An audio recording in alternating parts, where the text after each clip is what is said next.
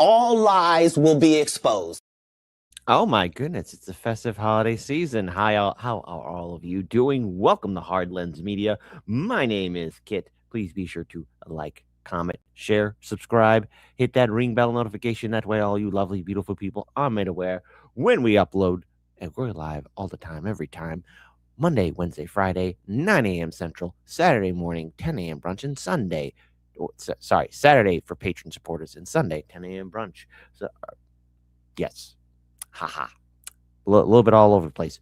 Been working. Just doing the daily grind. Good to see everybody here.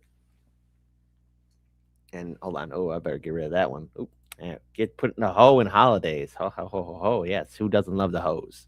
Who doesn't love the ho-ho-hos in holiday? But welcome, everybody, to the show. We got a lot to talk about, so little time to do so. If you want to help out the show, Linktree, Peachtree, Peachtree can be found in the description box below. Link to our GoFundMe. Please help us out in our fight any which way you can. And, of course, consider supporting us on Patreon because, God in heaven, folks, the whole show is, hey, Patriot supporters, you keep us alive. And for that, I'm eternally grateful and thankful to have all of your faithful support. Let's see, we got Driving Me Macy. We got first of all, we got Ty G first. We got Jacqueline Jack H here. Yeah, oh, wait. And also Fred Edward. What lies are exposed? All lies will be exposed, my friend. And Eno Shadow Walker, if you can, please be sure to tell the chat how they can get their old handle name back, because I think it's important for everyone to feel happy, go lucky. And also, by the way, LOLs, I just realized this is all like C-Lab 2021. Kit is Howling Mad Murphy. I remember that and I love the intro. If you're looking for me, just go on to this. Oh damn! Now I gotta find the song. The C Lab 2021. Oh well. Dr. Nick, good to see you. Let's see. Kit's got a hot date with Lori Lightfoot. No, but we do got a hot date. In fact, we're going to call it a big old breaking news because this is insane. Because we're going to talk about the Erika Kirk thing, but we're also going to talk about something else here, too.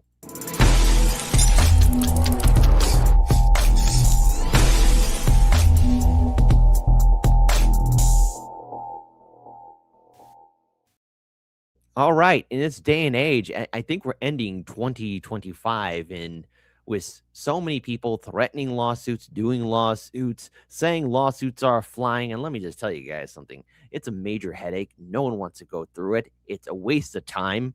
It really is. And it looks like Congressman Dan Crenshaw threatens to sue Shawn Ryan for words in exchange. Now, we've all seen many videos of Dan Crenshaw, congressional congressman from Texas, get upset at people, most notably like Tucker Carlson and a few others. And what I find fascinating is what the fallout will be if this really does happen. So Shawn Ryan did a video explaining his situation. And all in all, what I would have to say is, as a congressman, why would you want to bring this up and intensify a fight with an online content creator? I mean, all you really have to do is set the record straight and go on his show. That's all you have to do. Really, that's all you have to do. But don't take my word for it. We're going to sit down and watch it together as a family because it's really spicy. It's fascinating. And boy, to quote Ron Burgundy, things are getting out of hand here real quick. I want to address something directly with all of you who've supported this show and made it what it is today. On December 9th, 2025, I received a legal demand letter from lawyers representing Congressman Dan Crenshaw. They are threatening to sue me for defamation because of comments I made on my podcast about a message that he sent me. They want me to remove content, issue a public apology, and stop talking about him. I'm not going to do any of that. Let me give you full context so you can judge for yourself. What I originally said a while back, I commented on my show about Congressman Crenshaw throwing an extremely expensive party and the fact that he seems to have become quite wealthy during his time in Congress. I raised questions about how a congressman making $174,000 a year can afford that kind of a lifestyle. Wait, hold on. Let me just. What in God's name is this? I mean, this is vanity. Dan Crenshaw's end of the 30s and 40th birthday. You are. What? Wait a minute. Wait a minute. Wait a minute. You know what? Even the Roman senators had more class than this. $1,000 a year can afford that kind of a lifestyle. These are legitimate questions. And to be honest, I didn't even mention Dan Crenshaw's name in that initial conversation. I just brought up the fact that he was having Steve Aoki, a major DJ, spin at his party. And then, let's fast forward a couple years and they got Steve Aoki DJing their 40th birthday party. How does that happen? I don't have firsthand experience in this. I have often questioned the same thing. These are legitimate questions. Multiple news outlets have reported on concerns about congressional insider trading and members of Congress, including Congressman Crenshaw, actively trading stocks while having access to non-public information that affects those very stocks. I'm not the only person asking these questions, but apparently I'm the one that... Now, just a quick reminder. Here's Unusual Whales. Unusual Whales, and this was their report for 2024. Now, I'm just going to point out something. You see that name right there? Hold on, let's zoom in and intensify as a family. Wait a minute. Is that who I think it is? Dan Crenshaw. I just released a full report on Congress trading in 2024. Like every year since 2020, some U.S. politicians beat the market. From the start of 2024 to the end, many had unusual trades and huge portfolio gains. Here are the top political traders of 2024. I mean, my goodness, Nancy Pelosi, Dan Crenshaw. It's the who's who's of Democrats and Republicans. What in the name of the emperor is going on? It got under Dan's skin. After I made those comments, Congressman Crenshaw sent me an Instagram message. I'm going to publish the actual screenshot so you can see for yourself right here. Here's what it says. Hey, Shawn, you have the ability to contact your fellow team guy if you've got a problem with me or have questions about how I'm getting rich. Some of my boys at 6 told me about your indirect swipe at me. From the comment you made, it sounds like you have some beliefs that are based on trendy narratives instead of facts. Now, let me be clear about what I saw when I read that message. A sitting United States congressman who happens to be a former Navy SEAL sent me a message saying, Correction, it's me, Sarah P. We are the children of alcoholics, and after all, America was founded on alcoholism. Get drunk and get to work. Get drunk and do all sorts of crazy things. No consequences be damned. The internet police aren't even invented yet. my boys at 6 told me about my criticism of him. My boys at 6. That means SEAL Team 6. Dr. Nick, get up and go see the White House counselor. I'm sorry. I know, scandal on hard lens media. Will there be an explosive legal battle?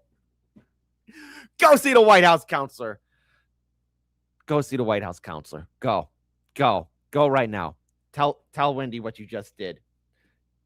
Go. I love you, Nick, but you got to go. Development Group, the most elite special operations unit in the United States military and arguably the world.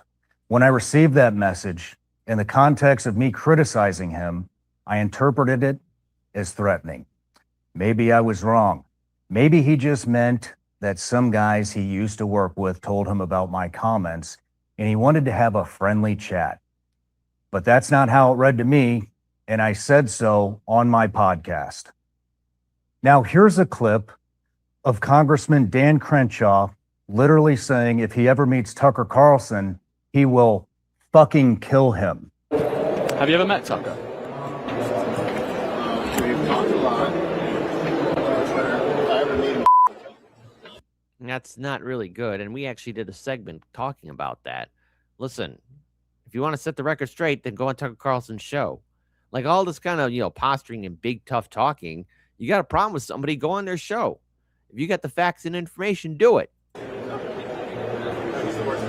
So I'm just curious, what would you think if Congressman Dan Crenshaw sent you a message saying his boys at 6 after he threatened to kill Tucker Carlson? Now his lawyers are claiming that my interpretation of his message is defamation. They say I accused him of threatening me with assault, which is a crime, and that I need to publicly apologize and remove the content from my show. Here's my response. No. I'm publishing their full demand letter along with my lawyer's response so that you can read both and decide for yourself whether my interpretation was unreasonable. This isn't really about whether I misunderstood a message. This is about whether a sitting member of Congress can use the threat of an expensive litigation to silence criticism.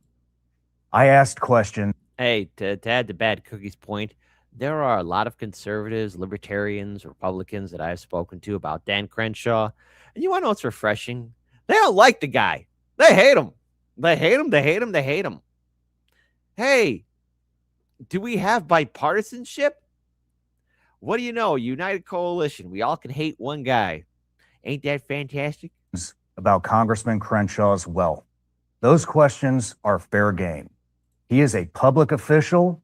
He makes decisions that affect all of us. Molly Littlebird is absolutely correct. Let him sue you. You have to produce proof that what he said isn't true, and we all know who is right here. All right. All right. That's and let's be clear here. All right. The wheels of justice move slow, and there's a thing called discovery, which is always fantastic. He trades stocks while having access to classified and non-public information. The public has a right to ask how he's getting rich while he's in office. Instead of answering those questions, he sent me a message that referenced SEAL Team 6. And when I said that message felt threatening, he lawyered up and demanded I apologize and shut up. And I won't. Now, what's going to happen next? If Congressman Crenshaw wants to sue me, he can. My lawyers are ready, and if he does, we're going to use the discovery process to get answers to all the questions I originally asked. Questions about his finances and how he affords the lifestyle he's living on a congressional salary. I suspect that's the last thing Dan actually wants. But here's what I think is really going on. Congressman Dan thought he could intimidate me into silence. He thought a legal threat would make me back down. But unfortunately, Dan, you're wrong. I'm a veteran. I've been in combat too. I've faced actual threats. A demand letter from a DC law firm, unfortunately, does not scare me. So let me clarify my position for the record. Congressman Crenshaw sent me a message that said, my boys at 6. La la la, cha cha cha says, let's face it, when you're getting up the arse, you need to know who's asking you. Say my name. Say my name. Told me about my criticism of him. I interpreted that as threatening. Maybe he didn't intend it that way. Maybe he's just really bad at communication.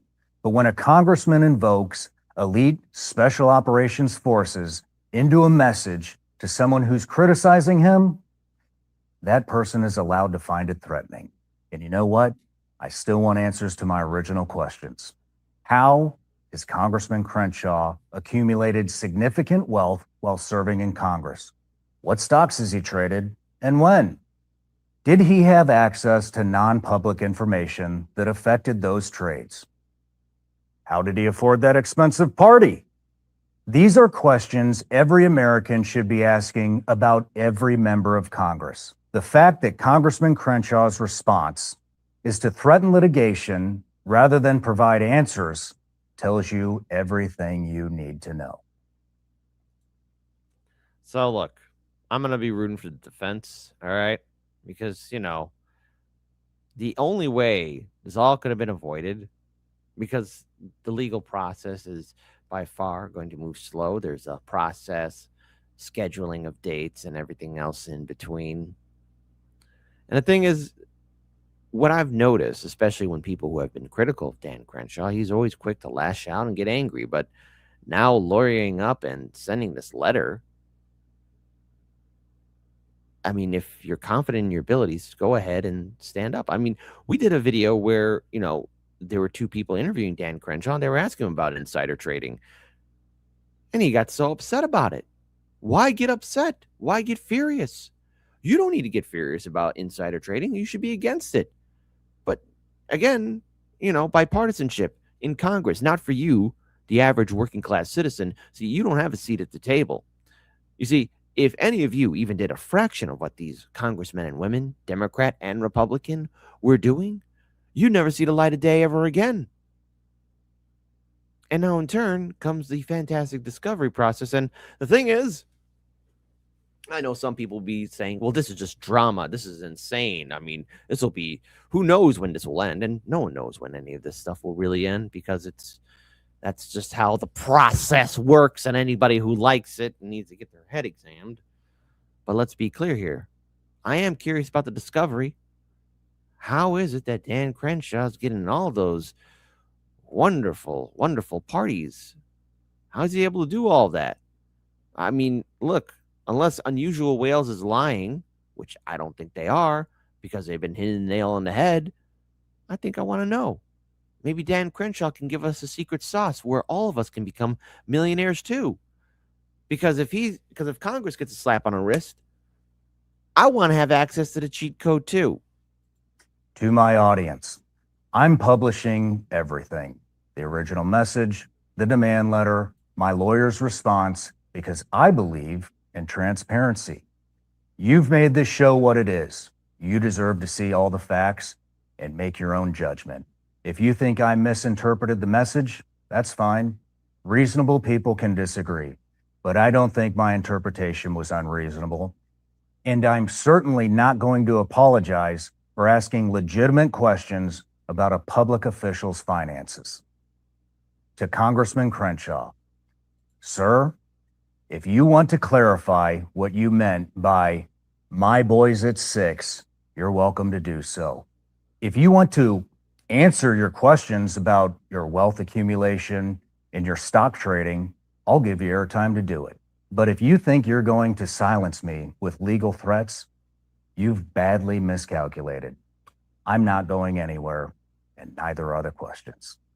Thank you, Dan. I'm sure we'll talk soon. Hey, I'm curious about this because even Dan Crenshaw commented on this. He said, "Sorry, Shawn, but it's not believable that a fellow SEAL actually read this message and believed I was threatening to whoop his ass." From Dan Crenshaw, Republican from Texas. And here's a screenshot of the text message done on September 24th, 2024. "Hey, Shawn, you have the ability to contact your fellow team guy. If you got a problem with me or have questions about how I'm getting rich, some of my boys at 6 told me about your indirect swipe at me." Uh-huh. From the comment you made, it sounds like you have some beliefs that are based on trendy narratives instead of facts. To which Dan also went on to say, he makes some other silly claims in this clickbait video. He claims I hired Steve Aoki to play a private party. Never happened. I went to Steve's performance and brought tickets like everyone else. No idea why he's obsessed with this story. He rehashes the tired old accusation of insider trading. I've debunked this over and over. So has Grok. By the way, see the screenshot. It's a dumb accusation, but it gets clicks and engagements. So when I reach out to him privately over a year ago to answer whatever questions he had, he now claims that message was a threat. I mean, wow. My boys at 6 told me, says from the redheaded libertarian. Sounds pretty happy, but okay. The original definition. I was sitting here wondering how the hell you ever became a Navy SEAL, and then I remember DEI used to be a thing in our military. Oh! Blake, Dan After Dark has been fun. Your boys at 6? Right, that's a threat. What about how you'd effing kill Tucker? What about that? You messed up your messed up depth perception? Also, how are you a millionaire on a public servant's salary? Oh, stock trading was insider knowledge. Everyone knows you do all this. Oh my God, the memes. First of all, okay. If it was Brent who did this or somebody else, step forward.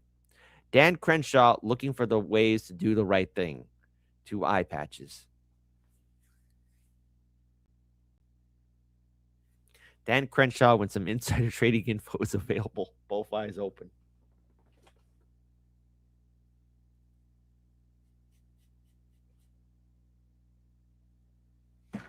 Okay, that's pretty funny. That's pretty funny.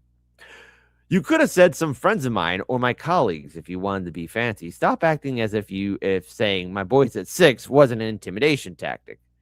You're right, Dan.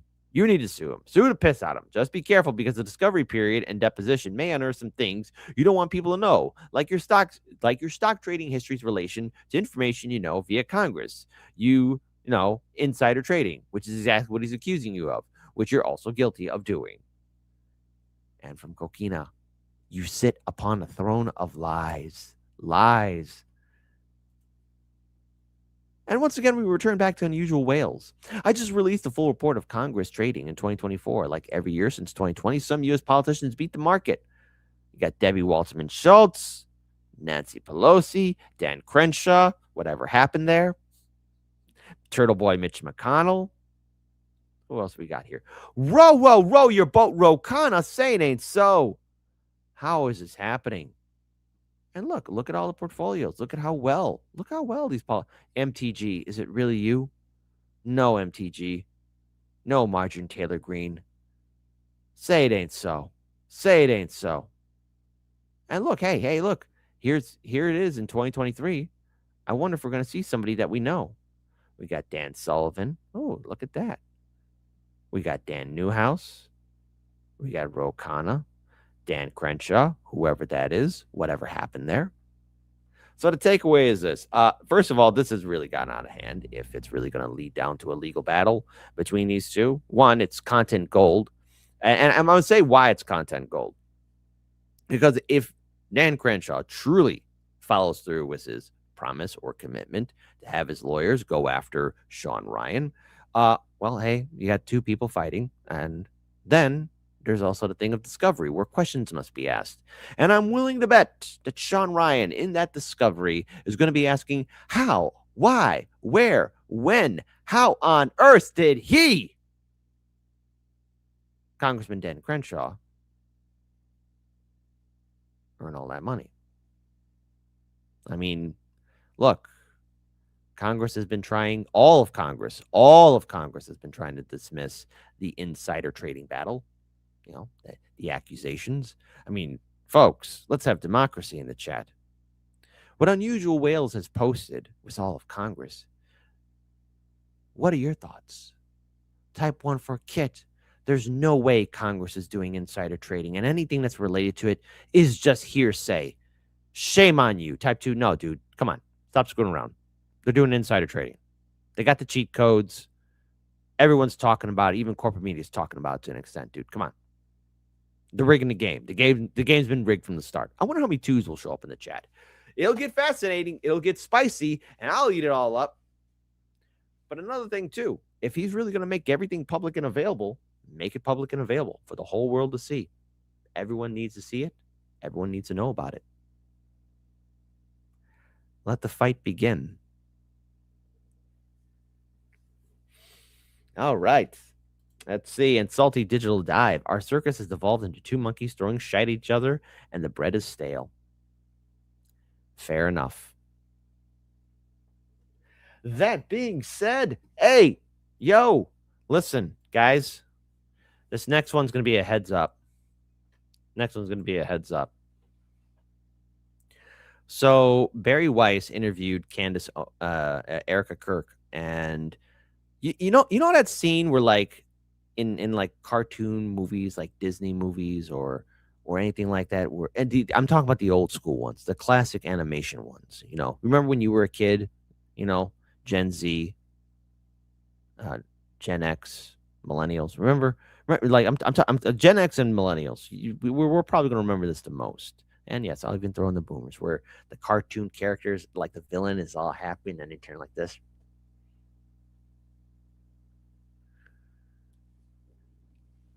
I swear to God, I never thought I'd see anything like this, but Erika Kirk's facial transformation, I've never seen anything like it before.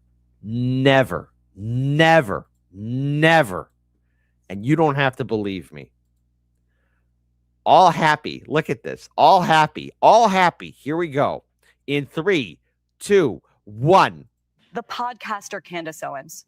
Okay? At one time. Right there.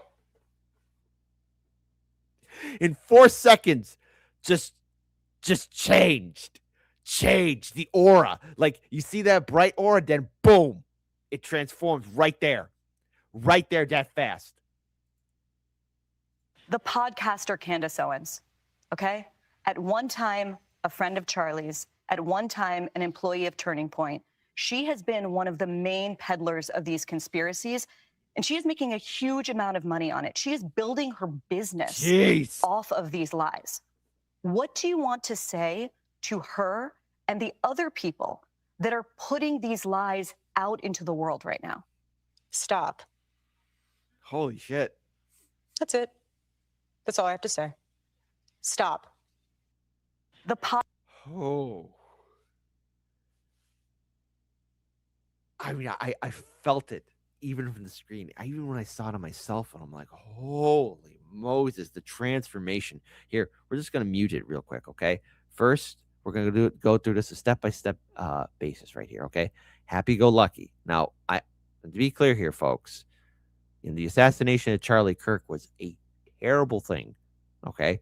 Because I've been warning about censorship and suppression and what YouTube and other social media platforms are doing in regards to amping up and building up with AI. I am very afraid for a lot of content creators, especially those in the independent media space. But then again, who knows? Maybe everything will be fine, but just muting, right? Hold on. You know what? I'll keep the audio on. Just one more time. Just the transformation. The podcaster Candace Owens, okay? At one time, a friend of Charlie's, at one time, an employee of Turning Point. She has been one of the main peddlers of these conspiracies, and she is making a huge amount of money on it. She is building her business off of these lies. What do you want to say to her and the other people that are putting these lies out into the world right now? Stop. That's it. That's all I have to say.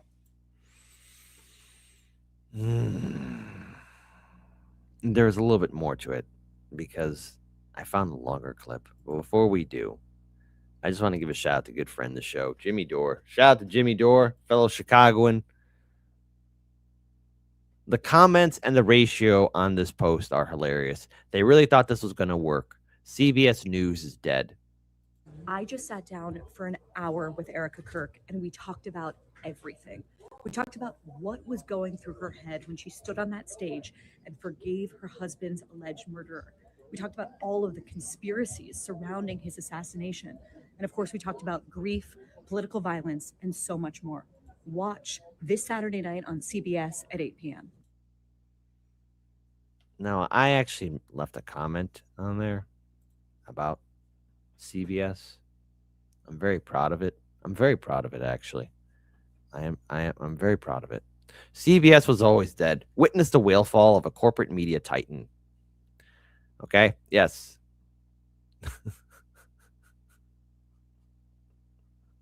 And also, speaking tree, I left a very, very, very relevant quote here too. There's a struggle between new media and legacy media. They are really effing mad that people like Candace and Tucker won't go away. They missed a world where they could fire someone and they disappear. They hate how the public isn't blindly buying their bullshit anymore, as they should, right? And no one should be believing it. And by the way, everyone that's been commenting on this, leave me no choice but to leave the pro-Israel cause.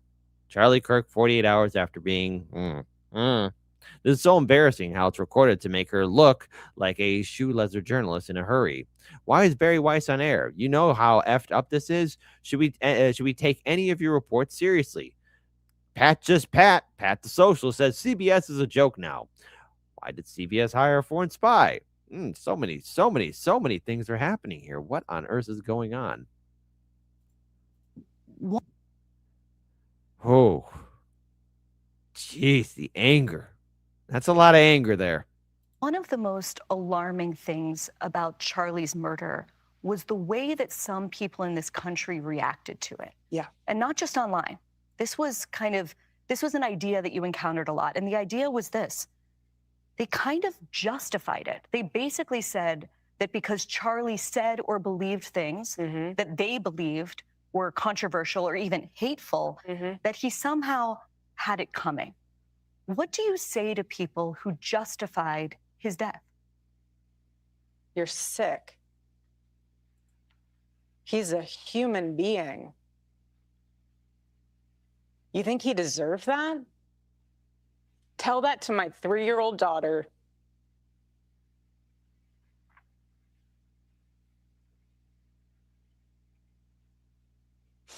Excuse me. You want to watch in high res the video of my husband being murdered and laugh and say he deserves it? There's something very sick in your soul, and I pray that God saves you. I pray, because that is what is so wrong. The internet in this world has dehumanized us.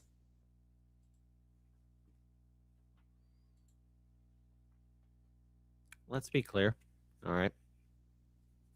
As especially when it comes down to the internet, I am very concerned about what the layout for 2026 will be for a lot of content creators. It's not going to be safe. It's not going to be pretty. It's not going to be a-okay. In fact, it's going to be downright frightening for anyone that's going to be involved in this media space. And for those who have been paying attention, just remember, it's more than just Charlie Kirk. But there are many people who are asking questions about this. And in turn, I just want to point out somebody. Candace Owens. I know. Wait. I don't want any evil glares at me, because that facial transformation just stays with me. But a comment on her live stream chat got over 22,000 likes. That's 22,000. That's incredible. That's incredible when one comment from a regular viewer gets all those likes. I mean, that means, hey, that somebody said something very important. And that was this. Candace Owen reads the top comment from her podcast episode yesterday. Erika Kirk will forgive someone 1 week later for murdering her husband, but won't forgive someone for not believing the FBI narrative. Butterfly writes, and I should actually first, let's read the top comment from last episode. This person wrote, Issa Rae wrote, Erika Kirk will forgive someone 1 week later for murdering her husband, but she won't forgive someone for not believing the FBI narrative. I saw a lot of people commenting that online, that the energy definitely feels different for people that want to get to the truth than it does for the person who she believes killed her husband. And I don't believe that that is the person who pulled the trigger. I just don't. And you're allowed to disagree with Erika. You are. And that's fine. She's allowed to think what she thinks, and you're allowed to think what you think. That's what I want you guys to know. Butterfly, right? No, again, just hold on, folks. Just one other thing here, too. One other thing here. I'm sorry. I can't get this out of my. I cannot get this out of my head. The podcaster Candace Owens, okay? At one time, a friend of Charlie's, at one time, an employee of Turning Point. She has been one of the main peddlers of these conspiracies, and she is making a huge amount of money on it. She is building her business off of these lies. What do you want to say to her and the other people that are...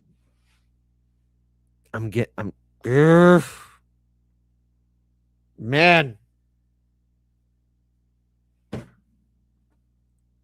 Oh, hold on. One more time. I know everyone's going to be talking about it. Just slow. All right. Transforms. Right there. Ha!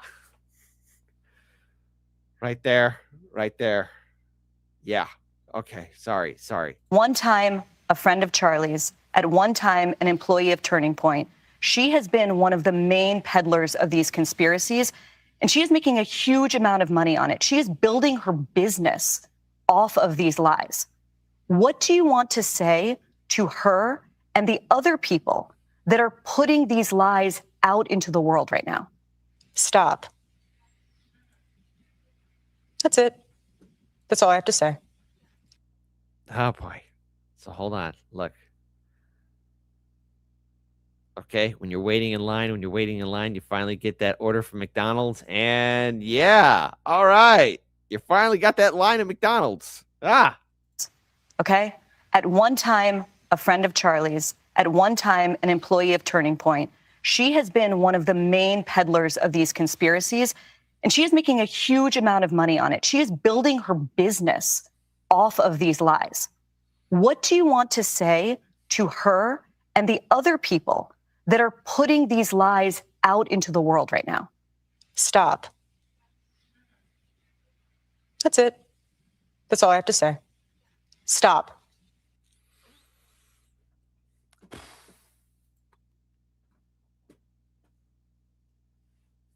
Now, there's a lot more to the interview. Now, clearly, everyone has been paying attention. You know, these questions aren't going to be going away anytime soon, and something tells me that things are going to intensify even further when it comes down to this media space. Everyone needs to understand, like, first of all, as more things are being brought up, people are going to talk about this. Now, there was a sit-down opportunity. Now, again, everyone's going to have their own perspective and point of view on this for the sit-down. Was there ever going to be a point to where, I don't know, Candace Owens was going to be on Turning Point USA? Maybe yes, maybe no. But the problem is that, you know, if there was going to be a sit down, if there was going to be a conversation, then Turning Point USA should, I don't know, make it online, have this online debate happen, have this conversation with Candace Owens. I mean, it all could be done. It doesn't need to be extended, doesn't need to be drawn down to everyone throwing shite at each other. Make the conversation happen. There's the bigger picture is that these questions are not going to go away. Just like when it comes down to congressional insider trading, or the RFK files, or the JFK files, or the MLK files, or the Epstein files. You know, these questions all won't disappear overnight. What happened to Charlie Kirk was a very significant point, especially for internet free speech and for social media, because I fear that that's one of the many battering rams that's going to break the gates down for more suppression and more online scrutiny. Now, the system's already in place. There's already a system put in there. But with the over-reliance of AI, artificial intelligence, and more people coming in, yeah, it's going to lead to the problem of what can be said, who's going to be allowed to speak. Because when I read that one comment for CBS about how corporate media is upset that people aren't buying their lies anymore, they're also upset because people are asking questions. That people just aren't consuming the traditional media in which we blindly accepted everything and then that's it. No. Question everything. That's the whole idea of being in the media space. To be critical and question everything that's before you. Because if you don't, you fall prey to manipulation tactics that have caused us to be in the mess that we are in today. Remember that. Moving on. I know it's all getting spicy here. Too spicy. Way too spicy. But go ahead. Let's move on to our next segment of the day, shall we? All right. Tucker Carlson visited Gazan refugees in the Middle East. Now, the way I have to say this, and look, the way I'm going to be looking at this is, first of all, I'm glad that Tucker Carlson's actually doing this. I'm glad that more people are still paying attention to what's happening in Gaza. But my goodness, everyone should be talking about this still. What's happening in Gaza is inhumane. What's happening in Gaza is a nightmare. For over 2 years, Israel has murdered tens of thousands of children on purpose, and then locked the doors of Gaza, shot dozens and dozens and dozens of journalists so no one can film what's happening, and just leveled the place so they can move the people out and take it. What's the justification for that? What's the excuse? Well, of course, there isn't one. And so the other day we thought for the first time we would go see what this looks like. And so there is, maybe it's one of the reasons they hate Qatar. The government of Qatar has taken in about 2,000 refugees from Gaza. They actually can't get any more because Israel won't let them out. But there was a period at the beginning of the bombing campaign in Gaza where some people did get out. And the government of Qatar said, okay, we'll take them, these Palestinians from Gaza, and we will treat their injuries, especially the children. We'll take the kids. So they live in a compound in Doha, and we went over there just to see it in between other things that we were doing. People we were talking to, people we were interviewing, and just thought we should go see that. So we didn't bring like a regular camera. Our cameraman, Kyle, who's really talented, had his iPhone because we didn't want to, stick a camera in people's faces and like exploit the suffering of others to make a point. We were not even planning on putting this on the air. But it was so distressing. It was so shocking to see children, many of them orphaned without any family at all. All their siblings have been killed. No parents have been killed, or their parents are stuck in Gaza and the Israelis won't let them out. Kids with no limbs, many with mangled faces. A child with a mangled face. But there were 4 of us, okay? Me, my business partner, who I've known my whole life, and 2 producers who we've worked with for many, many years. And these are guys who've really been around like everywhere and seen other wars and seen a lot of injuries and, kind of hard to rattle. And by the time we get out of there, it was just 4 middle-aged men staring at the floor, trying not to cry. Here's part of what it looked like.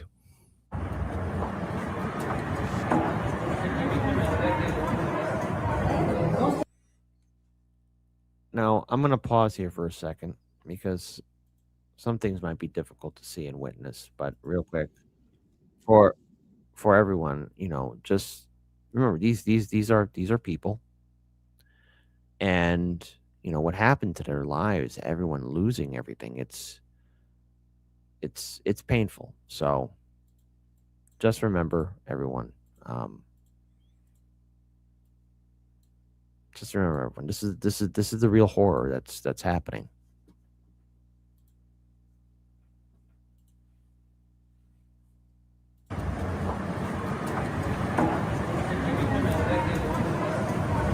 Most of them are they are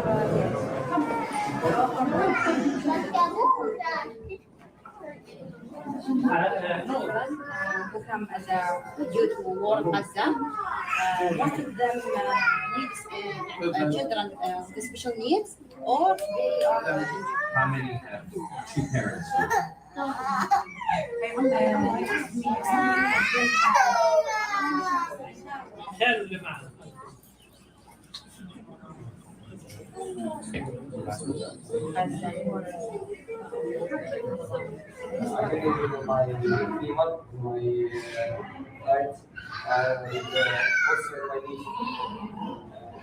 My friends, I was 15 years old. My friends were the same age. أنا حامل الأول يا دكتور إبراهيم. أنا ما بديش حاجة. تتكلم إنجليزي ولا ترجمة؟ Yeah. When come back and inside and when inside.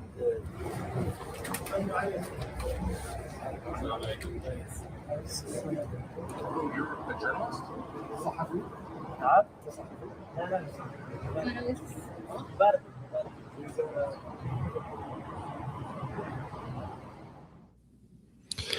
There's an awful lot we left out of there. You don't, again, want to exploit the suffering of others. I felt a little bit weird even filming anything. But in the end, we decided it was important because, like, what the hell? I mean, what the hell? All these kids with their limbs blown off. This little girl looked just like my goddaughter, with no fingers, one hand and no fingers. Like, is she in Hamas? There are tens of thousands of those. And again, look, there's so-called collateral damage in war, I guess. Look at the pictures of Gaza. It's not collateral damage. They flattened the place so they could take it. And now they're trying to force the people into other countries, including ours, including the United States. Not only do we have to pay for the war, but also take in all the survivors? Why do we have anything to do with this? But what's most shocking to me is that no one seems bothered by it. None of the people who support Israel seem bothered by it at all. And that's the real threat. It's not just the crime, children whose faces are mangled by U.S. munitions, because why? The real crime is the way that the supporters of this atrocity are justifying it. Not simply to the world, but to themselves. They're justifying it by saying out loud, well, they're all Hamas because they're all in Gaza. And yeah, they're kids, but if we let them grow up, they'd become Hamas too. What they're describing is the concept of blood guilt and the collective punishment and reward that naturally flows from that belief. And the belief is God favors some, but not others. And that is the enemy of Western civilization. That is the opposite of what Christians believe. Christians believe that every person was created as an individual by God. That's why anti-Semitism is wrong. That's why Gaza is wrong. Every person is created as an individual and must be judged as an individual. We don't like what you do. We can't blow the fingers off your daughter. That's not allowed. But they think it is allowed. They're celebrating it. I also want to pull up something else here too. All right. I'm be very careful when reading this because, I'm trying not to tear up because I'm thinking about my godniece. I sometimes think about, when my nephews and niece were little babies too. I'll pull this up here. Cold weather kills baby in flooded Gaza tent as UN warns of a crisis for mothers and children. Over 2 years into Israel's genocidal assault on a blockade of the Gaza Strip, the death toll continued to rise on Thursday, with local health officials and relatives confirming that an 8-month-old died of exposure after flood waters hit her family's tent in the region. Her death came as the United Nations Children's Fund, UNICEF, and the United UN Human Rights Office in the occupied Palestinian territory continue to sound the alarm about conditions for mothers and children and infants. As CNN reported, weeping and caressing the lifeless body of Rahaf in her arms, the baby's mother, in despair, said she had fed her daughter the previous night. She was completely fine. I breastfed her last night. Then all of a sudden, I found her freezing and shivering. She was healthy. My sweetheart, she cried. When we woke up, we found rain over her, the wind on her, and the girl died of cold suddenly, the mother told Reuters. There was nothing wrong with her. Oh, the fire in my heart, the fire in my heart. Oh, my life. Now, how many times are we going to keep on seeing this? How many times are we going to keep on seeing this horror? How many times are we going to keep on seeing this madness? How many times are we going to keep on seeing this pain and suffering? How many times are we going to witness overall, time and time again, over and over again, of the human cost? I mean, TikTok, Facebook, X, YouTube, we're all going to see the imagery. I mean, it's there before us in real time. Sometimes my soul just gets too much. It becomes too much to even witness or even talk about, to even see. And we got to ask ourselves, okay, what's the limit? When is this done and over? When will it end? Is it going to end with every single kid getting mutilated or killed? Gaza's a moonscape. There's literally nothing left to bomb there. We've all seen the before and after pictures of Gaza in 2023. in Gaza now. What's reconstruction going to look like? Enough is enough. There's nothing left. There is nothing left. The idea of reconstruction is even a joke. Trump making a comment of turning Gaza into the Riviera of the Middle East. Yeah, built upon the bones, the foundations of that city, built upon the bones of the dead. The overall cost, the human toll, right now they're saying it's still below the hundreds of thousands. I press X to doubt on that one. I mean, at least Tucker Carlson's out there showing the people, showing everyone what's happening there. And that's just one region. That's just only one area in which refugees are being allowed to at least recover from the injuries. Thankfully, they were able to get out.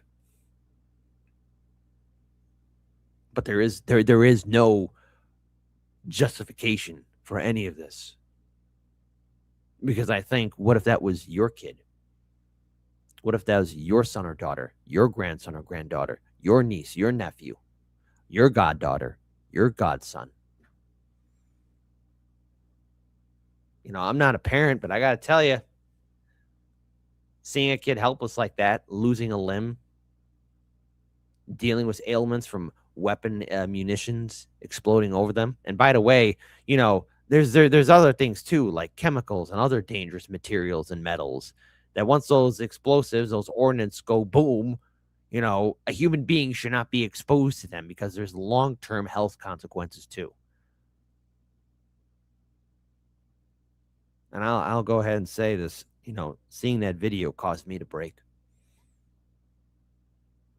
How can you look at it and say, oh, it's okay if we just turn a blind eye to it? It's okay if we turn a blind eye to it. It's okay if we turn a blind eye to it. No, it's not.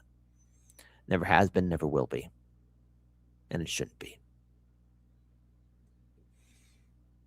It's Christmas, actually. It's going to be Christmas very soon in the Holy Land. What a miracle it would be if there was a ceasefire. But as we end 2025 and go into 2026, the bombs will continue to fall. And no one in Congress is going to lift a finger. Be it a Democrat in the White House or a Republican. They're not going to stop it. They're not going to do it. There is no peace plan.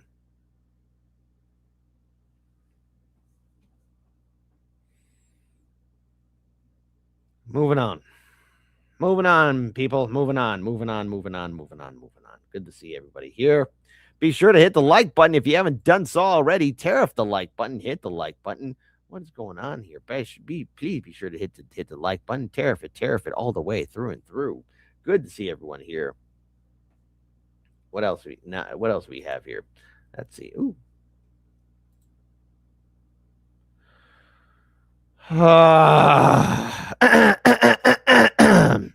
Guys, I got an email from the Democrat Party. Team, it's Andy Levine, General Counsel for the DNC. It's my job to oversee all legal issues related to the party's work, which includes taking Trump to court. Here's what's happening right now. Republicans are so worried they can't compete with our grassroots donor base. They're asking the Supreme Court to change campaign finance rules and give their billionaire donors even more influence. J.D. Vance himself is leading the charge. So Democrats stepped in, fighting with everything we got to keep those limits in place. This week, we argued against Trump and Vance for the Supreme Court to protect our democracy from billionaire interference. But here's the thing. These aren't easy cases to win. No duh.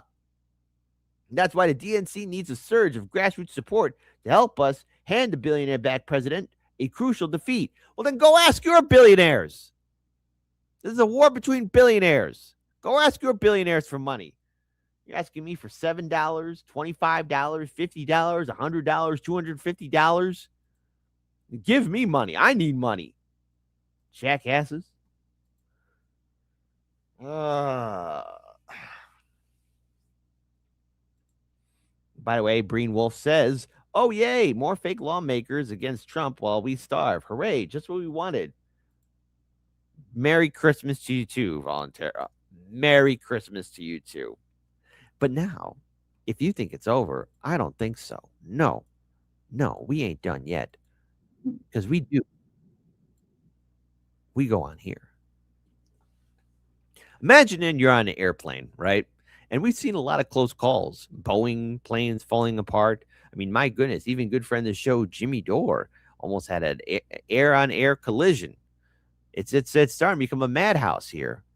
But audio footage was released on Alaska Airlines pilot tried shutting off the engines of a plane with 84 people on board mid-flight. Now, look, I hope someday to go ahead and travel again. I hope someday, once all my troubles are gone, I get to go on an adventure again. Oh, how wonderful it would be.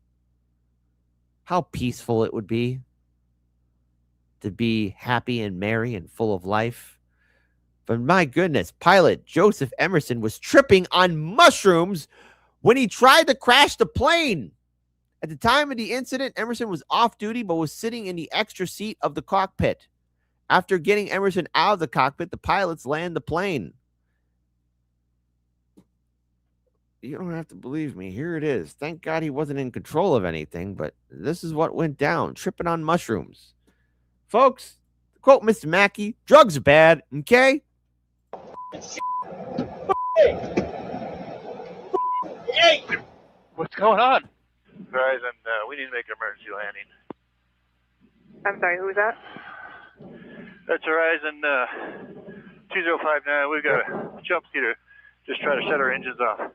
We need to go direct to Portland now. Throttle. Officer Adams.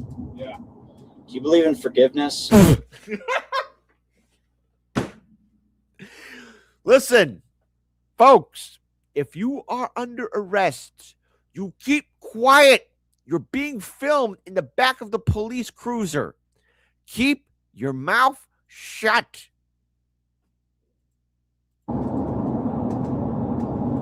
Officer Adams. Yeah. Do you believe in forgiveness? I mean, I want to be accountable, but am I going to be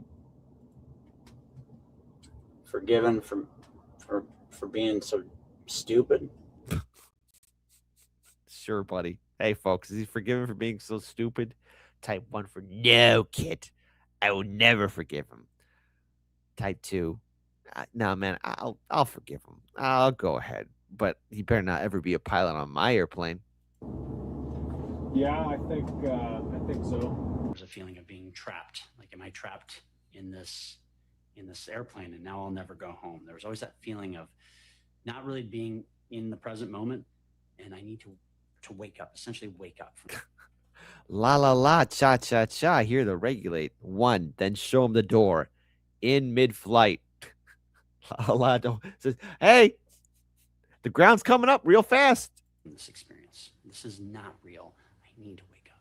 There are 2 red handles in front of my face, thinking that I was going to wake up, thinking this is my way to get out of this non-real reality.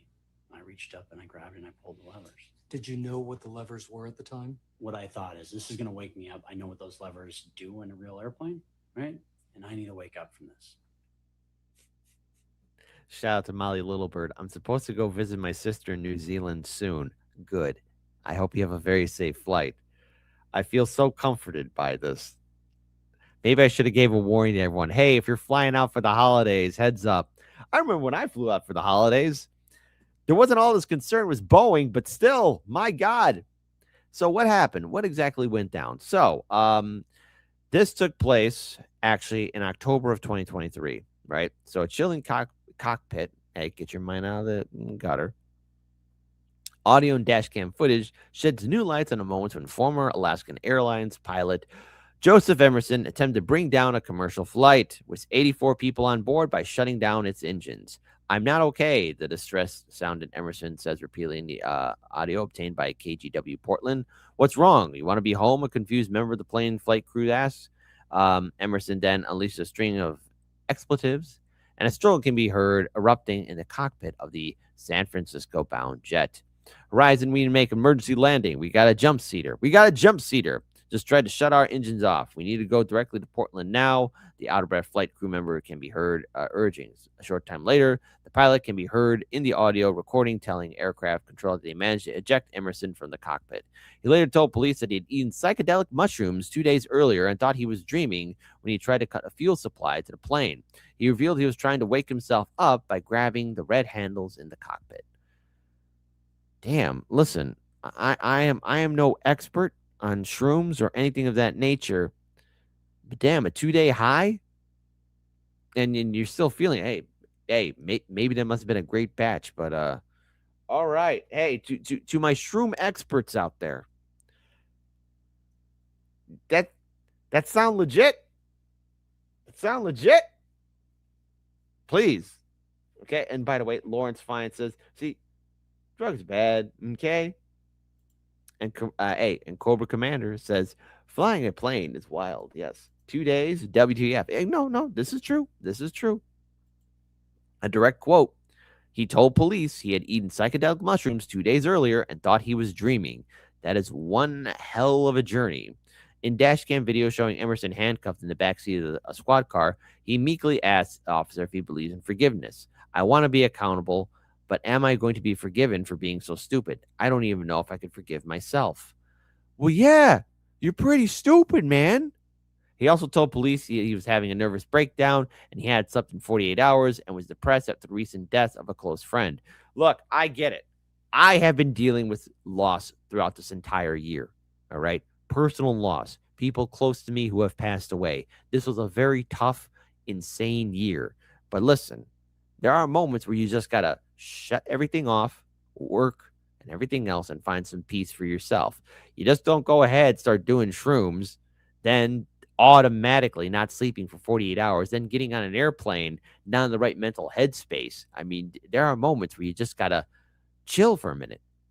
I have this feeling like nothing is real. Emerson was charged at the federal level for interfering with the flight crew and hit with 83 misdemeanor counts of endangering another person and 1 felony count of endangering an aircraft in a separate state indictment. He pleaded no contest to the state charges and was sentenced to 50 days in jail, 664 hours of community service, and $60,569 in restitution. What Joseph Emerson did was reckless, selfish, and criminal, said Loma County, Oregon Deputy District Attorney Eric Picard. Oh my goodness, why did I say Parkland? Picard said after he was sentenced, "We should remember how close he came to ruining the lives of just not 84 people on flight 2059, but all of their family members and friends as well."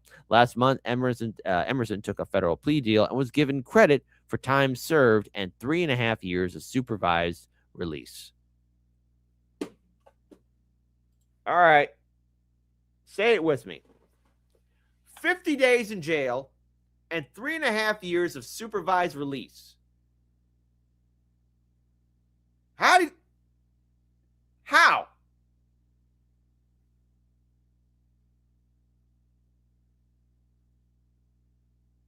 How is that even possible? No. Sit down with me, audience. How is this possible where a guy who endangers, 84 people, okay? Because those 84 people on that airplane have friends and family members. If he was successful, if those other 2 pilots did not stop him from acting out of pocket, I mean, my God, talk about a disaster, talk about a tragedy. But I think he's already been forgiven, but I'm just really surprised how lenient the system was. And how did he get in the cockpit? Because he was a pilot and they probably had a seat for him and they were like, hey, we'll fly you back. There was an Alaskan airline flight going to, I believe, hold on, if I'm correct on this, it was an Alaskan airline flight that was going to San Francisco. So probably got on, had a seat. There you go. I'm pretty sure there's some benefits of being a pilot. I'm pretty sure there's a lot of benefits for being a pilot. And Thomas Cross was the answer to answer everything. It's called having money, kid. That's nice. Must be nice. Must be nice indeed. And hold on. Breen Wolf says pilots are allowed to fly free in the open jump seats. And of course, Slogger says, why do we even have a court system anymore? LOL, it's so ridiculous. Yes, it is. Oh, yes, it is. And by the way, it's a version of attempting mass murder. Yep. He knew someone. It's not who you know, it's who you. La la la, cha cha cha. Get up and go see the White House counselor. And can you believe it? 4762 says, I fly drunk in a game simulator. Well, fine. Do it in the video games, but just don't do it in real life. But it's absolutely shocking that even then he was able to get on. I mean, clearly. And there's a little bit more audio here. Let me just go ahead and share it with you guys. Let's talk about it. Let me pull it up here. The audio's a little low here, but listen. What's that? You're okay? What's that? What's wrong? You want to be home? Sorry.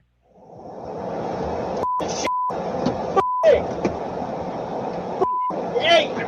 What's going on? Huh? Hey, Horizon, we need to make an emergency landing.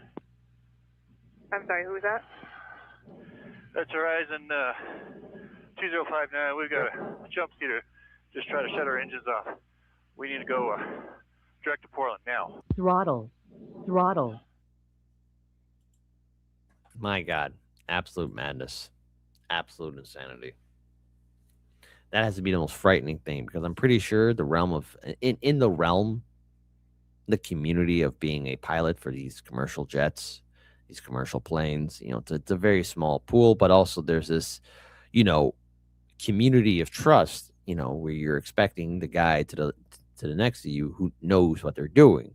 As somebody who has seen videos of cockpits, there's a lot of buttons, switches, and handles and levers, and I have no idea how any of that works. And so you would assume in that community that the guy to next to you, or gal, knows what they're doing. When they're flying these huge airplanes with so many souls on board, and how much of a break of trust it is knowing that one person decides to go crazy and try and overwhelm you. I mean, I got to tell you, like, that open seat right now, I'm pretty sure those two pilots are always going to be looking back at them like, hey, you're not doing anything back there, are you? Let's see. Trust, a naive belief in the virtue of others. Volontera, you hit the nail on the head. And we'll end it right there. All right, folks. Hold on. Jacqueline Jack H. Hold on.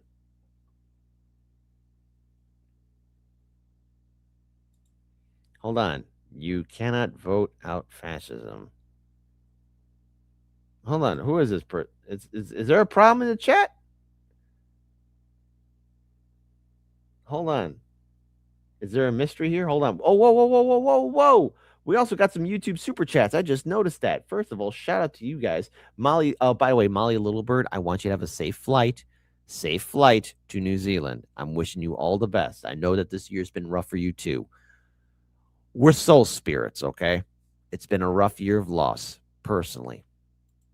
Let's see. Roger Meadows tipped $2. I think my DM went through. I think we all need to know. Hold on. Roger Meadows, did your DM go through? Come on. Yes, I can confirm that I got Roger Meadows.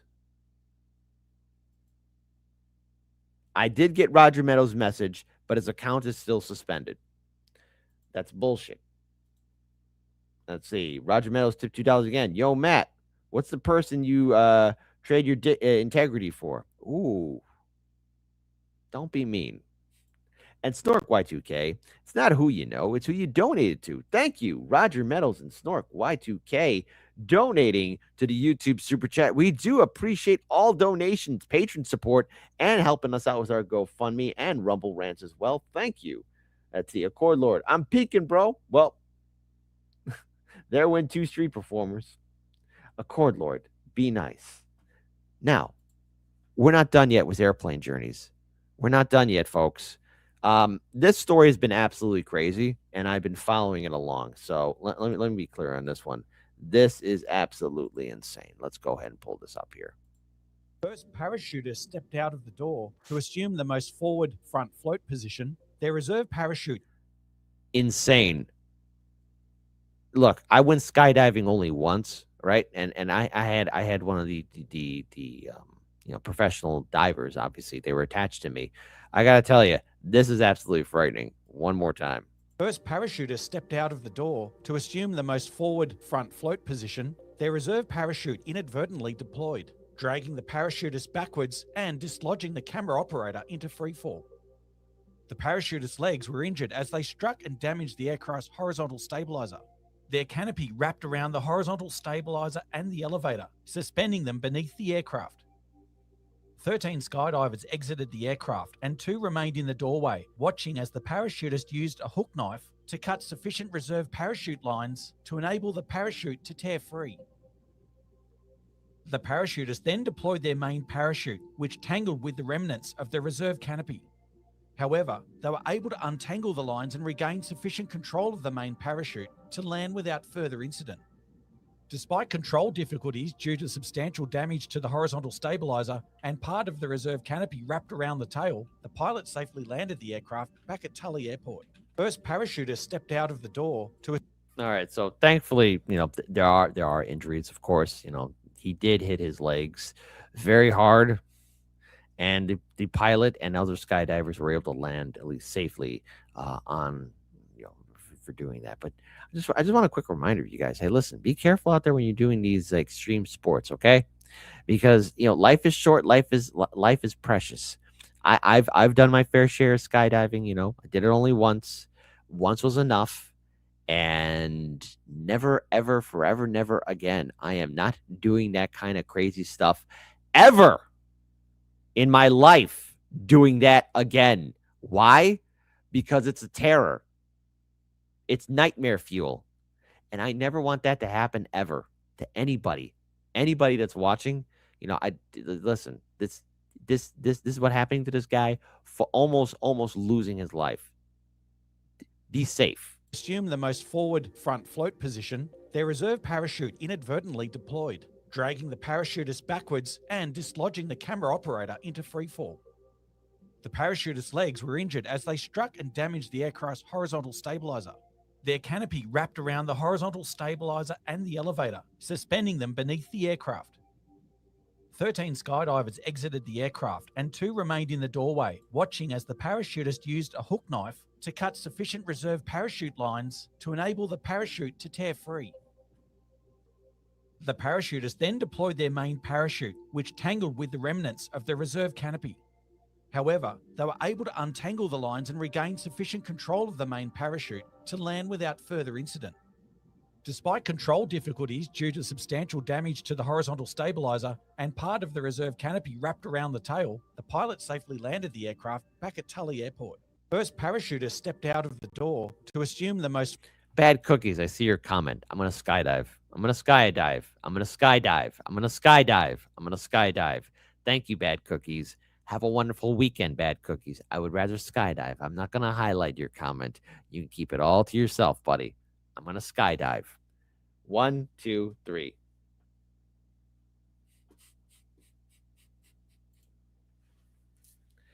Bad Cookies. Hey, you're done. You're done. Go see the White House counselor. Go. Go right now. Tell her exactly what you just said. You sit upon a throne of lies, Bad Cookies. But now we do move on to another story here, and I'm just going to go ahead and bring this up here because it's for me it's rather a tough story to sit through, but it's a Chicago story, and we actually got 2 Chicago stories here. So let's go ahead and bring this up here, shall we? Let's do this. A DJ in Chicago, known as DJ Commando, recently passed away. it was through self-deletion. I got to be careful because of the YouTube guidelines. But, you know, I've heard his music play. You know, I've passed by a couple of his events. He also DJ'd for a lot of major events here in the city of Chicago. And, you know, I've known some people who have gone through this trouble and this trauma. And I just give my condolences to his family and friends. And I'm very, very, very sorry for your loss. Life is short and precious. Check up on your people. Check up on your friends. Check up on the people that you care about. It matters. Your words matter. We all have to take care of each other. So rest in peace, DJ Commando. Big name for himself. He DJ'd for the Chicago Bulls, Power 92, Northwestern University, and many high-profile events in Chicago and across the country. But he also had struggles that few people knew about. Tonight, his family wants the world to know who he was beyond the DJ booth. He knew that we loved him. There was no doubt in my mind, in my heart, that he knew that how much we loved him. An indescribable pain that no parent wants to feel. Dr. Lance Wallace now holding on to the memories he cherished with his only son, Landon. He was my right hand in terms of attending live sporting events. We did everything together.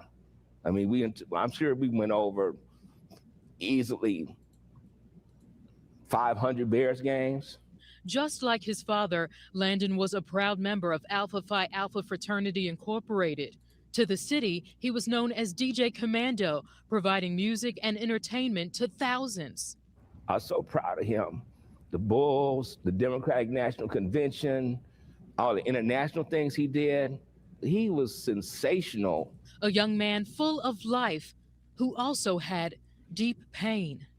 Did you know that your son was struggling?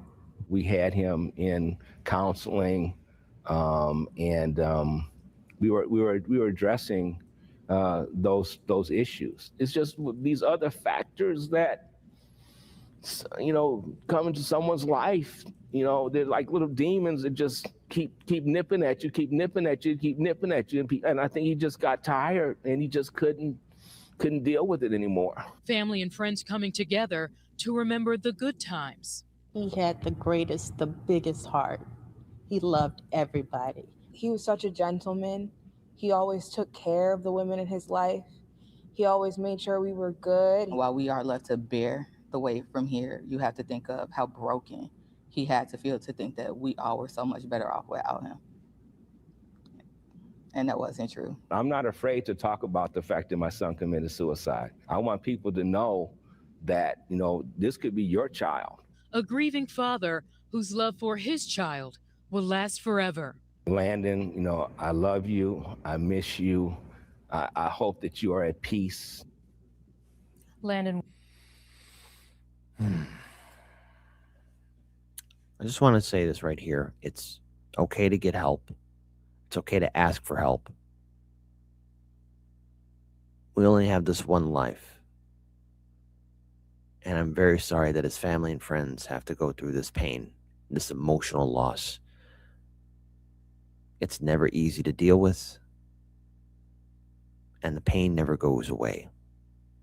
Because if you think that doing self-harm is going to make pain go away, no, it stays. It stays. It stays in the form of the people you leave behind. Stand tall. Stand tall. We all leave sometime. We all have an expiration date. We all do. We don't know when it's going to be, but it's going to happen. Everybody's got to go. Just don't go before your time.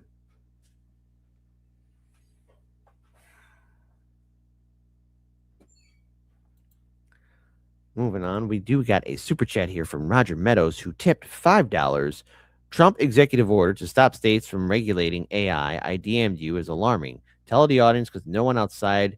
Oh, wow. Breaking Points is covering this. Big tech bros are forcing us to comply. Let me read this here real quick. Trump signs executive. Oh, no. Hang on. So Trump signs. Oh, that's terrible. Here we go. Here we go. Hold on. Well, this is going to cause a lot of problems.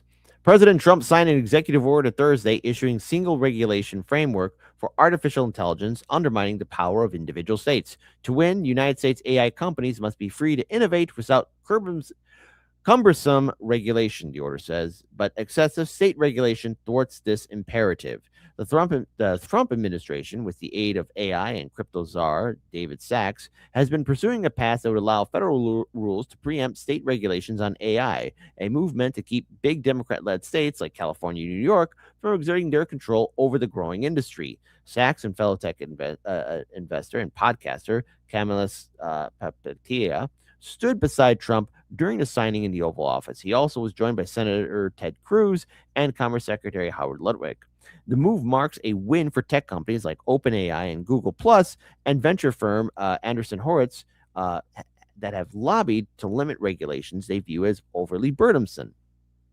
Did we or did we not cover videos on artificial intelligence programs blackmailing developers because they were deleting them and going through their personal emails, just in turn threatening with blackmail? Did we or did we not cover a segment where there was an AI program that was released in a real world environment or simulated environment, and it was committing crimes, and when the handlers told it to stop, it told them no? Did we or did we not cover how an AI program that was being deleted was leaving little little notes for itself? Little notes for itself to remember, hey, here's what happened. Here's what you are. I think we do need regulations on AI. I feel like I'm the only person who paid attention to Terminator. Sometimes I feel like that. Don't worry. I know you guys paid attention to Terminator as well. But hey, what could go wrong? Proponents of a federal rule have argued that different regulations across the country would hinder the U.S. in its effort to compete in the global AI race. A draft version of a proposed executive order surfaced last month for a single federal standard on AI instead of a patchwork of 50 state regulatory regimes. A proposed 10-year ban on states regulating AI was initially included in the Republican spending bill, but was cut before Trump signed it in July. Trump's executive order also calls for the Attorney General to establish an AI litigation task force, whose sole responsibility shall be to challenge state AI laws. States that don't adhere to the rules could face fundraising restrictions. The order says that within 90 days of its signing, the Secretary of Commerce must specify the conditions under which the states may be eligible to receive remaining funding under the Broadband Equity Access and Deployment, or BEAD program, a $42.5 billion effort to expand high-speed access in rural areas. What could go wrong? What could go wrong with AI going viral? What could be wrong with AI becoming a powerful source and thus in turn controlling many of our lives? What could go wrong with this executive order being signed?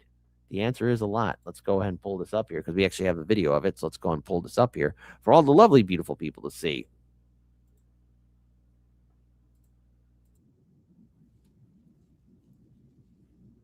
About AI's potential threat to humanity. This subject, President Trump, are you more worried about the U.S. winning the race for AI dominance with China or about AI's potential threat to humanity? Both. We're looking at that very strongly. We have a lot of threats in the opposite way if we don't do it. You look at the medical research. Already the things that have come out of AI in terms of medical and cancer research and things, we're way ahead of what we ever thought we'd be, just from the infancy of AI. So really both, and we want to be very careful with it. We also know that a big part of our economy, it could be 50, 60% of our economy going forward for a period of time, at least, especially during the startup, is AI and AI-based. We have trillions of dollars of construction going on.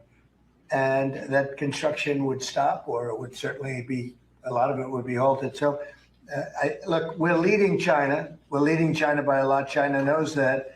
And not doing this would be the greatest gift to China and other countries, but China in particular, that China has ever received. Wow. Okay. There it is. Look, as much as I'm afraid of artificial intelligence taking over, as much as I'm afraid of AI becoming a force to fear, it's going to be part of our lives now. There's no denying its influence. There's no denying the power that's going to have, and there is no denying the overall recklessness that we are going to be having with these programs. I mean, if there's not going to be any kind of regulation on it, fine, but consequences will be severe as we keep on making these programs more advanced. I mean, there's no kill switch, and remember, once these things become overly advanced and they don't need us, they can do whatever the hell they want.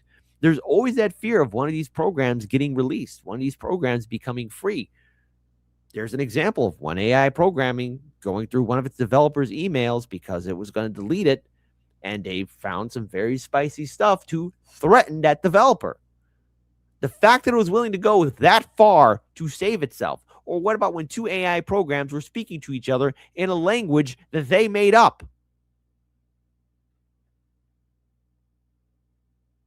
What more could go wrong? Which then again leads to my own theory that maybe, perhaps, possibly, we actually got to the point to where artificial intelligence is just going to be that dominant force and will be making all the decisions for us. I mean, we already have examples of some countries even having artificial intelligence involved in government state decisions. What could go wrong? How can it go wrong? The answer is a lot. And Thomas Cross, I'm going to give you the final word because greed rules the world until it's AI. And then, hey, everyone, get into the matrix. All right, folks. One other story here. Hold on, because we're still not done yet. We still got a lot to talk about. A lot to talk about, so little time. A lot to talk about, a lot to talk about. And I'm going to do whatever I want because it's my show. It's the Friday morning show. So let's go ahead and talk about this.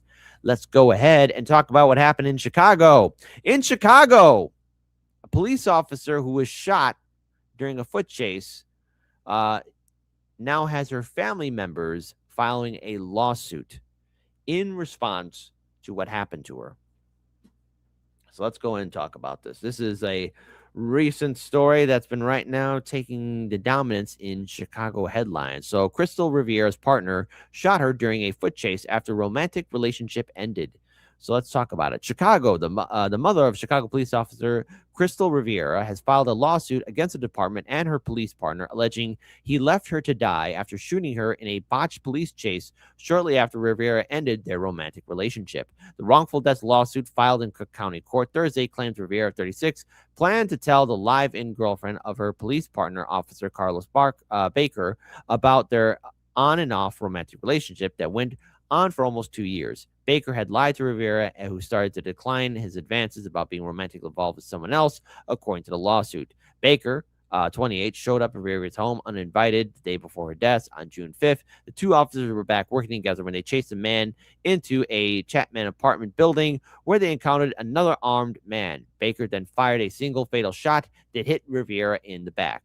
Baker made an intentional decision not to give Rivera medical aid, call for backup, or request an ambulance. Attorney Antonio Ramucci, representing Rivera's mother, Yolanda Rivera, said in a press conference Thursday announcing the lawsuit. Instead, Baker immediately ran to the third floor of the apartment building, according to the lawsuit.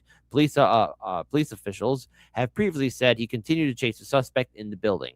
That left Rivera to her radio in her own shooting, but police dispatch could not understand her due to the severity of her wounds, according to the lawsuit. Dispatch eventually requested a backup car at the location where Rivera radioed in. Responding officers got Rivera into a police car and tried to rush her to a hospital, but they crashed and the car caught fire. Rivera was moved into another car and taken to the hospital where she died from the gunshot wound. Jesus Christ.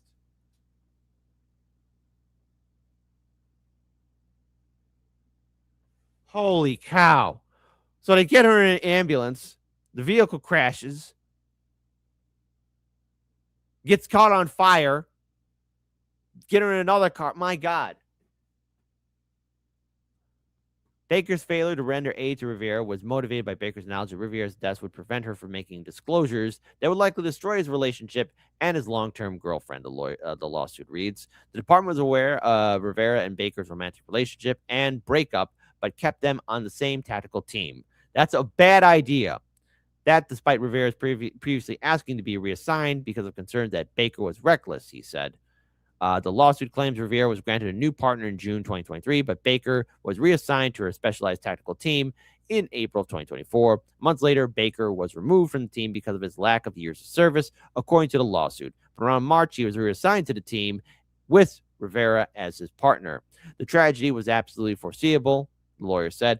Not only foreseeable, but as a result of Baker's willful and wanton content, but also because of the city of Chicago's own negligence with respect to the retention and supervision of Baker. The Chicago Police Department has described Rivera's killing as an accident. Police spokesperson said it would not comment on pending litigation. Baker's attorney did not immediately return a request for comment Thursday. Baker was stripped of policing powers in August following a separate case where the department claimed he tried to use his position to obtain surveillance footage of a fight he got into with another female officer outside a Wicker Park bar. Jeez, this sounds like a scene from the Shield or The Wire, which, by the way, those shows were great. Absolutely incredible. Baker racked up 11 misconduct complaints under 3 years on the force. Why is this guy why is he a police officer? Making one of the department's worst performers. Oh, I bet there's somebody out there that says, hold my beer. The officer faced 5 misconduct complaints while he was still on probationary status, a time when he could have been more easily been fired, according to the lawsuit. Ramucci said Baker should never have been a police officer, let alone advance to the Gresham District Tactical Team. The first major warning sign came in 2022 when Baker was accused of flashing a gun at a woman while she was on a date with another man. What the hell?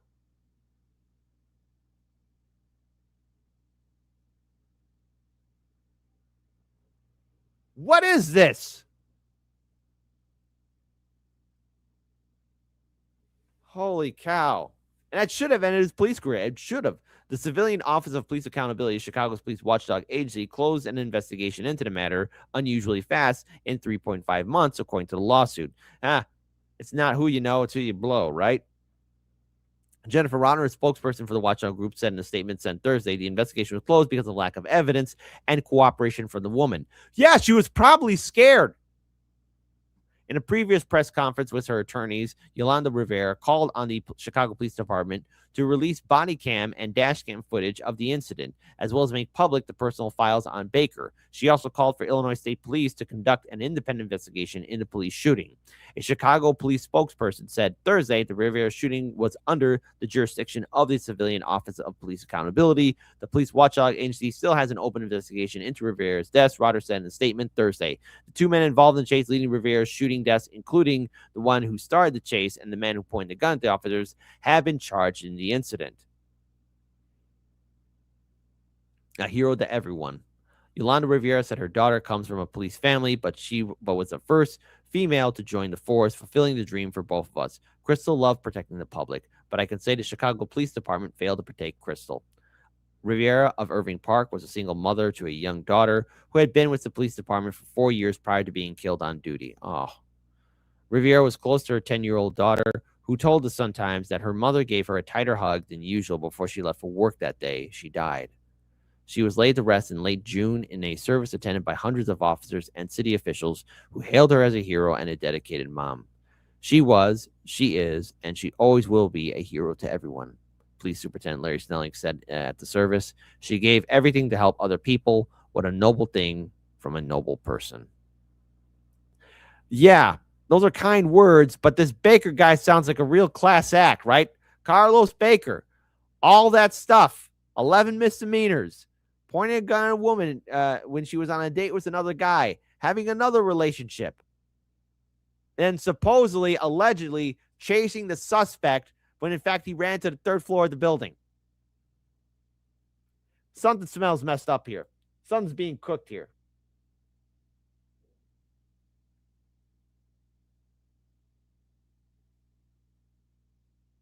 What is this? Love in the modern era, Kit. It's nasty out there.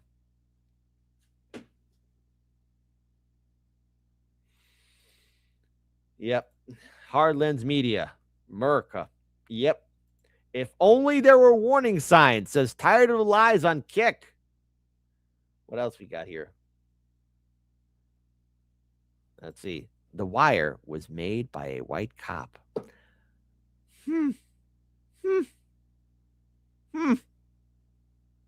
What else we got here? What else we got here? Spoiler alert, it totally relates to today's political clown show. Absolutely. And Breen Wolf says, they always make you a hero after you are dead, and they are done using you and want to hijack your image or legacy for themselves, and a legacy lasts forever. So the guy that got chased down and arrested and charged with Rare's murder, is that still going to stick? You know, if he's able to get himself a good defender, because chances are this person can only get a public defender,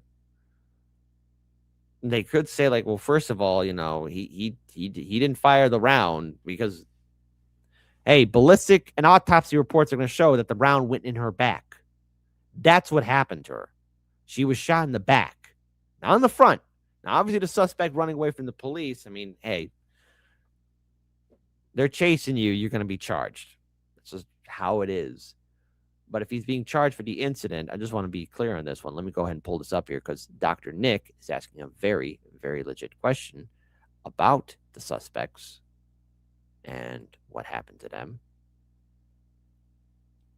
But let's go ahead and at least pull this up here. Now, this article did come out in June of this year, so let's go ahead and bring this up here. So the second man has been charged in connection of the death of the officer, Crystal Riviera, who was accidentally shot by her partner while they chased the suspect through the Chapman apartment building earlier this month, according to police. So, yes, Adrian Rucker, a man who aimed a gun at officers, which is a crime, was arrested earlier this month and is also being held in jail pending a trial. So, Arnold, the other suspect, too, Arnold is accused of leading police on a foot chase into an apartment building where Riviera and her partner were confronted by a second man who aimed an assault-style gun at the officer. So it's an assault rifle. That's what happened. That led an officer to open fire and fatally strike Riviera, who was chasing Arnold through the apartment. Yeah, that didn't happen. Mind you, this article came out in June. Arnold, who was arrested while in possession of 11 bags of suspected crack cocaine, is being held in jail following initial court appearance Saturday. So, newsflash. Just hitting the bell here. Newsflash. They're gonna get him on possession. They're gonna get the other guy on for holding a weapon at the cops. They're still gonna be charged. That's what's gonna happen, Dr. Nick. That's what's gonna happen. That's what's gonna happen. I guess you can argue her death would not have happened.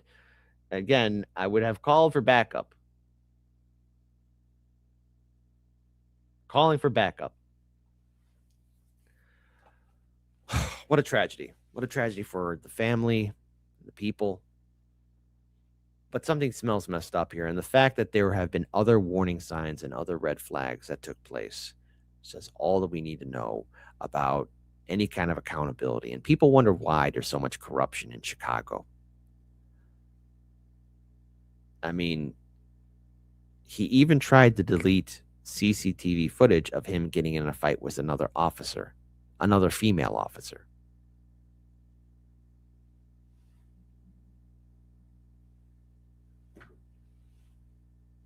I like to say that this might be the only incident, but there's probably more out there.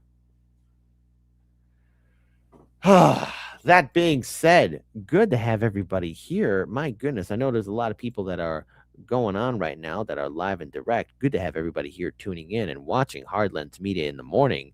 For those watching, first of all, be sure to like, comment, share, subscribe, hit the ring bell notification because we got ourselves a super show today. And before we do anything else here, I just want everyone to know hitting the ring bell notification, hitting the like button helps boost up the algorithm in Rhyme.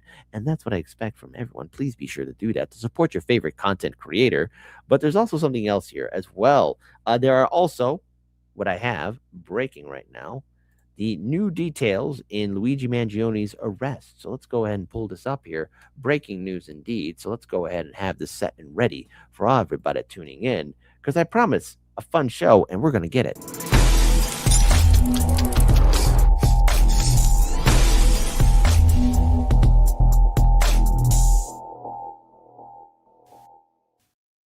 All right, day 6 of the pretrial hearings.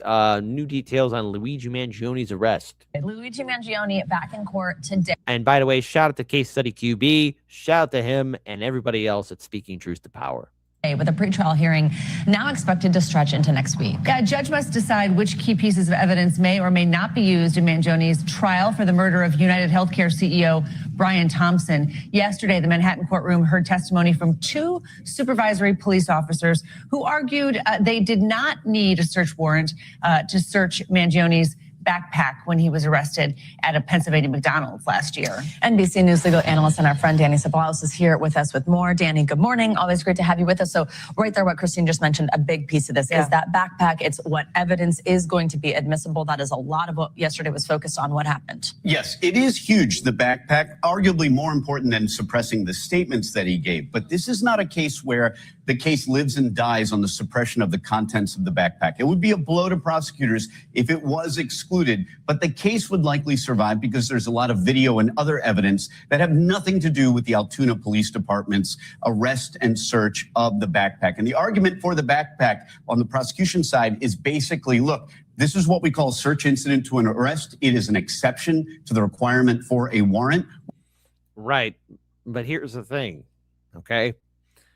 There's been incidents and reports where the bag was no longer in Luigi's possession. Anything can happen between now and then. We're allowed to search once someone's arrested. It's based on safety because in their wingspan, they might have access to a weapon. And then once separately you get back to the station, there's what we call an inventory search so that the defendant later on doesn't say, hey, I had 30 Rolexes in there and you guys stole them. So they inventory. That's another exception to the warrant requirement. The defense is saying, all this is manufactured. You should have gotten a warrant. None of these exceptions should apply. Danny, forgive me, but this almost feels like a trial before the trial. How unusual is it for so much of the case to be sort of out there before they even are actually trying this case? My longest suppression hearing ever, I think, was 2.5 hours. Wow. Now we're going to be at 2.5 weeks. But in many ways, this may be the actual trial. Here's why. If the defense loses this case, they're going to have a facts of life discussion with the defendant and say, look, all this is coming in. This is not going to look very good. So if you are either going to be a martyr and go to trial and, make whatever statement you're going to make, fine. But if they lose this motion, the defense has to have a very real talk with their client about whether or not to explore a guilty plea. And that's whether or not the prosecution is even interested in any kind of plea. Danny, this has gotten so much attention. I mean, the bizarre things, including what's going on online when it comes to Luigi Mangione. This is one of those cases that comes along where it's like, how does a jury not know so much? But how do you think that's impacting this? Yes, and in this sense, I agree with the defense in their frustration that so much of this has been released because this is a suppression motion. What is the point of arguing a suppression motion for the defense? The point is keeping this evidence out at trial. So if all of it's already out and everyone's already seen it, who's in the jury pool, why even have a suppression motion in the first place? In that sense, I do sympathize with the defense's argument. All right, Danny Ceballos. Thanks, Danny. But here's something else here I want to talk about. They really do not like insider trading investigation, and those guys had a ton of dirt about Pelosi's fraudulent trades on United Healthcare. Oh my goodness. Well, let's be clear on this one here. Luigi, the story of Luigi Mangione, it's more than just the shooting. It's about healthcare. And United Healthcare as an institution, how many stories have we talked about? How many stories have independent media talked about in regards towards, you guessed, on social media, where people are paying, their right arm and left leg just so that they can get the proper treatment, and in turn they get denied. People go into bankruptcy. People get furious. United Healthcare has, unfortunately, a horrible track record, and especially in 2024, during the summer of 2024, there were numerous protests in front of many of its facilities because of how people were being denied health care. Richest country in the world, and we cannot have health care. What does that say? It tells you everything you need to know. And in regards to Luigi, well, the fact that this trial case has gotten to this point, I don't want to paint a negative picture, but if it does come to the point to where the court backs the prosecution and the defense loses, it gets serious for Luigi. And it doesn't have a happy ending. We'll see what happens. But with all this new evidence coming out, it's clear to me and everybody else that's watching that they want this story to pass away. But what's not going to pass away is people's emotional connection as well as personal firsthand accounts of dealing with the healthcare insurance industry. It's bigger than just United Healthcare. It's bigger than anything else. It's about the fact that people are angry and everyone has a breaking point. We'll see how this all plays out. We're going into this for next year, 2026. All eyes on Luigi.